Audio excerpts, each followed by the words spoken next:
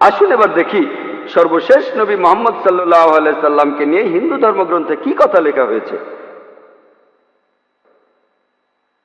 ভবিষ্য পুরাণায় উল্লেখ আছে 3 নম্বর পর্ব, 3 নম্বর খণ্ড, 3 অধ্যায়, 10 থেকে 27 নম্বর শ্লোক। বলা হয়েছে যে ম্লেচ্ছরা তারা আরবের ভূমিকে অপবিত্র করেছে, আর্য ধর্মকে সেখানে খুঁজে পাওয়া যায় না।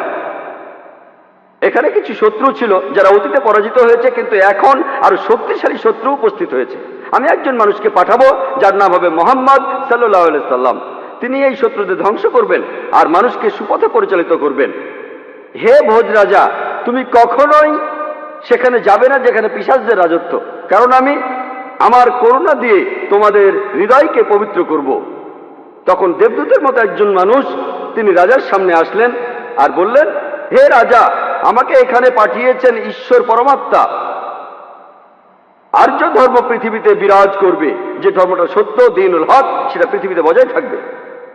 আমাকে এখানে পাঠিয়েছেন ঈশ্বর পরমাত্মা, যাতে মাংসভোজীদের বিশ্বাসকে প্রতিষ্ঠা করা যায়। আমার অনুসারীরা হবে সেই লোকেরা যারা সুন্নতে খাতনা করবে, আর তাদের মাথার উপরে কোনো টিকি থাকবে না। তারা একটা বিপ্লব তৈরি করবে, তারা মুখে দাড়ি রাখবে, তারা প্রার্থনার জন্য আহ্বান করবে, বিধিসম্মত সব খাবারই খাবে, তবে তারা শূকরের মাংস খাবে না। তারা লতাগুল্মের মাধ্যমে পবিত্র হবে না, বরং যুদ্ধ বিগ্রহের মাধ্যমে পবিত্র। তাদেরকে বলা হবে মুসলমান, আর তারা হবে মাংসভোজী। এই ভবিষ্যৎবাণী যে একজন ঋষি আসবেন, আর সেই ঋষির নাম উল্লেখ করা হয়েছে মুহাম্মদ সাল্লাল্লাহু আলাইহি ওয়াসাল্লাম। আর বলা আছে তিনি মানুষ জাতিকে সঠিক পথে পরিচালিত করবেন। আমরা জানি মুহাম্মদ সাল্লাল্লাহু আলাইহি ওয়াসাল্লাম আরবদের পথ দেখিয়েছেন। সে সময়কে বলা হতো আয়ামে জাহেলিয়া, অর্থাৎ বিশৃঙ্খলার যুগ। তিনি তাদের আলো সন্ধান দিয়েছেন। আর বলা হয়েছে তার অনুসারীদের খতনা করা থাকবে। মুসলমানরা খতনা দেয়, তাদের মাথায় কোনো টিকি থাকবে না, মাথার পেছনে কোনো লেজ থাকবে না, মুসলমানদেরও থাকে না। তাদের মুখে দাড়ি থাকবে, মুসলমানরাও দাড়ি রাখে। তারা একটা বিপ্লব ঘটাবে, তারা প্রার্থনার জন্য আহ্বান করবে, আর সেটা হলো আজান। আমরা মুসলিমরা আজান দেই, নামাজের জন্য আহ্বান করি। তারা সব বিধিসম্মত খাবার খাবে, কিন্তু শূকরের মাংস তারা ছোবে না। আমরা মুসলিমরা শূকরের মাংস খাই না। তারা লতাগুল্মের মাধ্যমে পবিত্র হবে না, তারা পবিত্র হবে যুদ্ধ বিগ্রহের মাধ্যমে। আর পবিত্রকরণে আমাদেরকে বলা হয়েছে সত্যের জন্য যুদ্ধ করব, অন্যায় অবিচারের বিরুদ্ধে। তাদেরকে বলা হবে মুসলমান, তারা হবে মাংসভোজী। ভবিষ্য পুরাণের এই ভবিষ্যৎবাণী একেবারে পরিষ্কারভাবে সর্বশেষ ও চূড়ান্ত নবী মুহাম্মদ সাল্লাল্লাহু আলাইহি সাল্লাম এবং তার অনুসারীদের কথা বলছে। মুহাম্মদ সাল্লাল্লাহু আলাইহি সাল্লামের নাম বিভিন্ন জায়গায় অনেকবার বলা হয়েছে, হাতে সময় নেই, সেজন্য ভবিষ্য পুরাণ থেকে কয়েকটা উদাহরণ দিচ্ছি।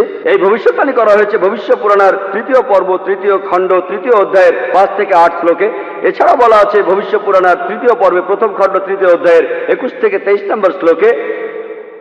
সর্বশেষ আর চূড়ান্ত নবী মুহাম্মদ সাল্লাল্লাহু আলাইহি সাল্লামের কথা উল্লেখ করা হয়েছে অথর্ববেদে 20 নম্বর গ্রন্থে 127 নম্বর অধ্যায়ের 1 থেকে 14 নম্বর মন্ত্রে। এগুলোকে আরো বলা হয় কুন্টুব সুক্তাস। কুন্টুব সংস্কৃত শব্দ, অর্থাৎ পেটের একটা লুকানো গ্রন্থি। তার মানে এই মন্ত্রগুলির অর্থ লুকানো রয়েছে, এগুলো পরে জানা যাবে। এখানে সবগুলো মন্ত্র নিয়ে আলোচনা করার মতো সময় নেই, আমি শুধু প্রথম 4টা মন্ত্র নিয়ে কিছু কথা বলবো। 1 নম্বর মন্ত্র বলছে তিনি হলেন নরসাংসা, তিনি হলেন কাওরামা, তিনি পরাজিত করবেন 60,090 জন শত্রুকে। 2 নম্বর মন্ত্র বলছে তিনি উটের পিঠে চড়বেন। 3 নম্বর মন্ত্র বলছে তিনি হলেন মামা ঋষি। 4 নম্বর মন্ত্রে তাকে আরো বলা হচ্ছে রেব। 1 নম্বর মন্ত্র বলছে তিনি হলেন নরসাংসা। নরসাংসা শব্দটা এসেছে নর থেকে, অর্থাৎ কোনো ব্যক্তি বা একজন লোক। আর সাংসা অর্থ প্রশংসা, কারো প্রশংসা করা। তাহলে নরসাংসা অর্থ যে ব্যক্তিকে প্রশংসা করা হয়। আর আপনারা যদি মহানবী মুহাম্মদ সাল্লাল্লাহু আলাইহি সাল্লামের নামের ইংরেজি অনুবাদ করেন, যদি তার নামের ইংরেজি অনুবাদ করেন তার অর্থ যার প্রশংসা করা হয়, তাহলে নরসাংসা শব্দটার আরবি অনুবাদ করলে সেটা হবে মুহাম্মদ সাল্লাল্লাহু আলাইহি সাল্লাম। এখানে নামে উল্লেখ করা হচ্ছে। এরপর বলা হচ্ছে তিনি হলেন কাওরামা। এই কাওরামা শব্দটার একটা অর্থ সংস্কৃতিতে হলো শান্তির রাজপুত্র। আর মুহাম্মদ সাল্লাল্লাহু আলাইহি সাল্লাম শান্তির রাজপুত্র ছিলেন। আরেকটা অর্থ হলো যে বিদেশে যায়। হযরত মুহাম্মদ সাল্লাল্লাহু আলাইহি সাল্লাম হিজরত করেছিলেন মক্কা থেকে মদিনায়, তিনি বিদেশে গিয়েছিলেন। এছাড়া প্রথম মন্ত্রে আছে তিনি 60,090 জন শত্রুকে পরাজিত করবেন। আর সে সময় মক্কায় যেসব লোকজন থাকতো তাদের মধ্যে যারা নবীজির বিরুদ্ধে ছিল তাদের সংখ্যা আনুমানিকভাবে 60,000 জন। 2 নম্বর মন্ত্র বলছে যে তিনি উটের পিঠে চড়বেন। কোন ইন্ডিয়ান ঋষি, কোন ব্রাহ্মণই কখনো উটের পিঠে চড়বেন না, কারণ মনুস্মৃতিতে বলছে 11 নম্বর অধ্যায়ের 202 নম্বর অনুচ্ছেদে বলা হয়েছে একজন ব্রাহ্মণকে কোনো গাধা বা উটের পিঠে চড়তে নিষেধ করা হয়েছে। এতে বোঝা যাচ্ছে ইনি কোনো ইন্ডিয়ান ঋষি নন। 3 নম্বর মন্ত্র বলছে তিনি মামা ঋষি। মামা অর্থ মহা, অর্থাৎ মহান ঋষি। আর এছাড়াও অন্যান্য ধর্মগ্রন্থ বলছে সেটা মোহাম্মদ ঋষি। 4 নম্বর মন্ত্র বলছে তিনি হলেন রেব। রেব অর্থ যিনি প্রশংসা করেন। আর মোহাম্মদ সাল্লাল্লাহু আলাইহি ওয়াসাল্লামের আরেকটা নাম হলো আহমদ সাল্লাল্লাহু আলাইহি ওয়াসাল্লাম, অর্থাৎ যিনি প্রশংসা করেন। তাহলে নবীজির এই অন্য নামটা, এই আহমদ শব্দটার সংস্কৃত করলে পাবেন রেব। আর এ কথাটাই রয়েছে অথর্ববেদে। এই মন্ত্রগুলি কুন্টুব সুক্তাস, এই মন্ত্রগুলি শুধু একজনকে নির্দেশ করছে, তিনি সর্বশেষ চূড়ান্ত নবী মুহাম্মদ সাল্লাল্লাহু আলাইহি ওয়াসাল্লাম। আমি কয়েকটা ভবিষ্যৎবাণীর কথা বলবো, এছাড়াও আরো আছে। মুহাম্মদ সাল্লাল্লাহু আলাইহি ওয়াসাল্লাম, তার কথা বলা হয়েছে অথর্ববেদে 20 নম্বর গ্রন্থের 21 নম্বর অনুচ্ছেদের 6 নম্বর পরিচ্ছেদে বলা হয়েছে যে একজন কারু, সে পরাজিত করবে 10,000 শত্রুকে কোন রকম যুদ্ধ ছাড়াই। এখানে আহজাবের যুদ্ধের কথা বলা হচ্ছে, খন্দকের যুদ্ধের কথা পবিত্র কোরআনে সূরা আহজাবে আছে। আর কারু সংস্কৃত ভাষায় এর অর্থ যে ব্যক্তি প্রশংসা করে, যেটা মুহাম্মদ সাল্লাল্লাহু আলাইহি সাল্লামের দ্বিতীয় নাম আহমেদের অনুবাদ। যে ব্যক্তি প্রশংসা করে, এখানে বলা হচ্ছে যে ব্যক্তি প্রশংসা করে অর্থাৎ আহমদ, তিনি 10,000 শত্রুকে পরাজিত করবেন কোনো যুদ্ধ ছাড়া। আমরা জানি যে খন্দকের যুদ্ধে শত্রু বাহিনীতে আনুমানিক 10,000 সৈন্য ছিল, আর এই যুদ্ধে মুসলমানরা কোনো যুদ্ধ ছাড়াই জিতেছিল। নবীজির কথা আরো আছে অথর্ববেদে 20 নম্বর গ্রন্থের 21 নম্বর অনুচ্ছেদের 7 নম্বর পরিচ্ছেদে বলা হয়েছে যে আভান্দু, তিনি 60,090 জন শত্রুকে আর 20 জন গোত্র প্রধানকে পরাজিত করবেন। আভান্দু একটা সংস্কৃত শব্দ যার অর্থ যে প্রশংসা করে, এটা মুহাম্মদ সাল্লাল্লাহু আলাইহি ওয়াসাল্লামের নামের অনুবাদ। আরো বলা আছে যে তিনি হবেন এতিম। আর আমরা এখন ইতিহাস থেকে জানি সে সময় আনুমানিক 20 জন গোত্র প্রধান ছিল মক্কা শহরে, যারা নবীজির কাছে পরাজিত হয়েছিল। আর মক্কার যেসব লোক তার বিপক্ষে ছিল তারা ছিল প্রায় 60,000। এই ভবিষ্যৎবাণীর কথা আরো আছে ঋগ্বেদে 1 নম্বর গ্রন্থের 3 নম্বর অনুচ্ছেদের 9 নম্বর পরিচ্ছেদে। এখানে সংস্কৃত শব্দ হলো সুশ্রামা। সুশ্রামা এটাও একটা সংস্কৃত শব্দ যার অর্থ যে ব্যক্তি প্রশংসা করে, যেটা মুহাম্মদ সাল্লাল্লাহু আলাইহি ওয়াসাল্লামের নামের অনুবাদ। আরো অনেক ভবিষ্যৎবাণী আছে, এখানে সময় কম তাই সবগুলো বলতে পারছি না।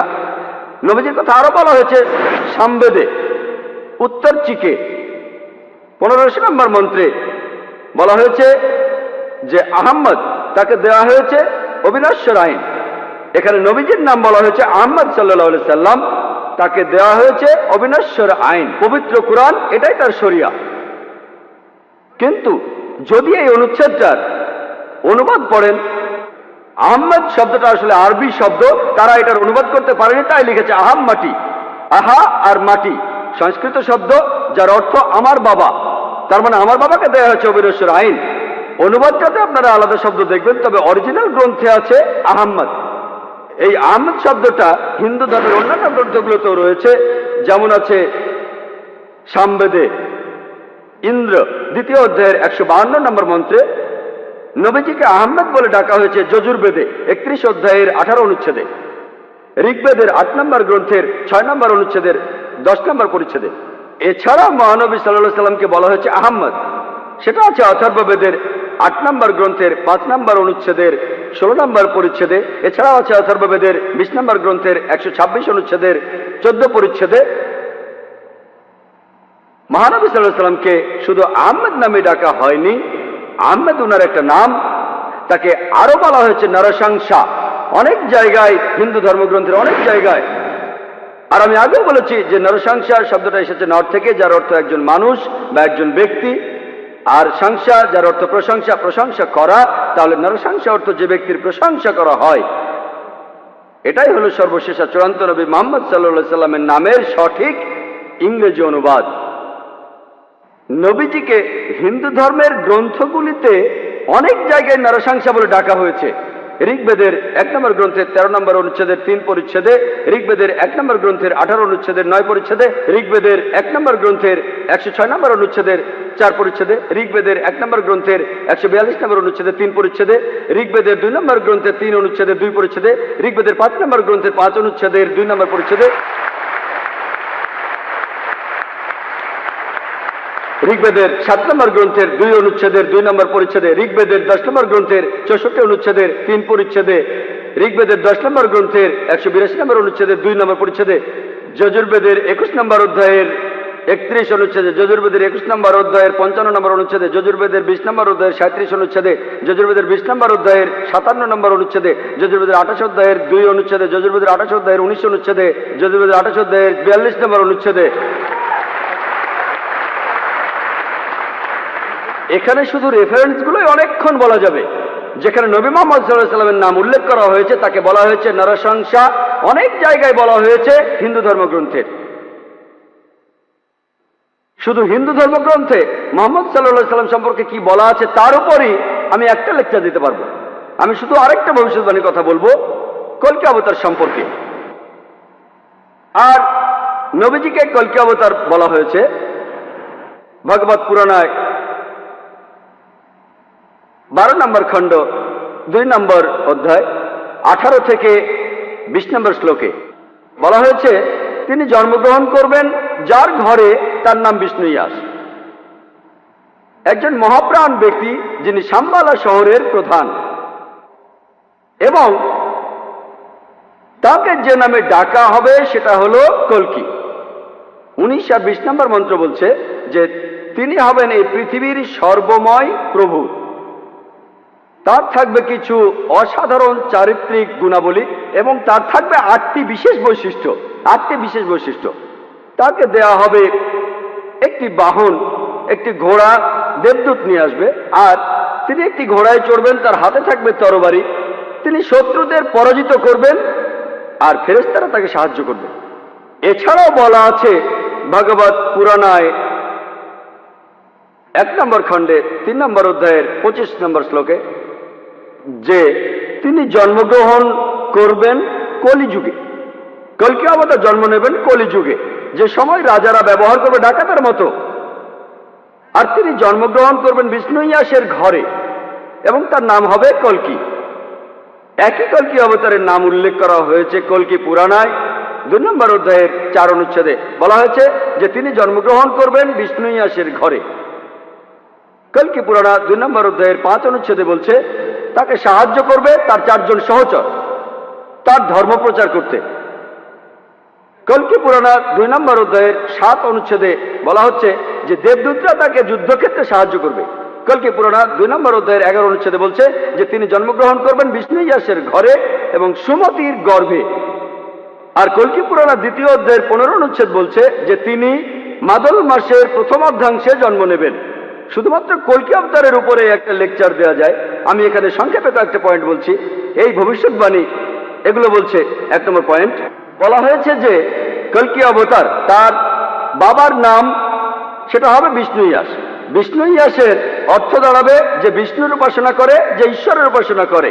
আর আমাদের প্রিয় নবী মুহাম্মদ সাল্লাল্লাহু আলাইহি সাল্লামের বাবার নাম ছিল আব্দুল্লাহ। এটার অর্থ যে আল্লাহর উপাসনা করে, যে ঈশ্বরের উপাসনা করে। 2 নম্বর পয়েন্ট, কল্কি অবতার যে মায়ের গর্ভে জন্মাবে তার নাম হবে সুমতি।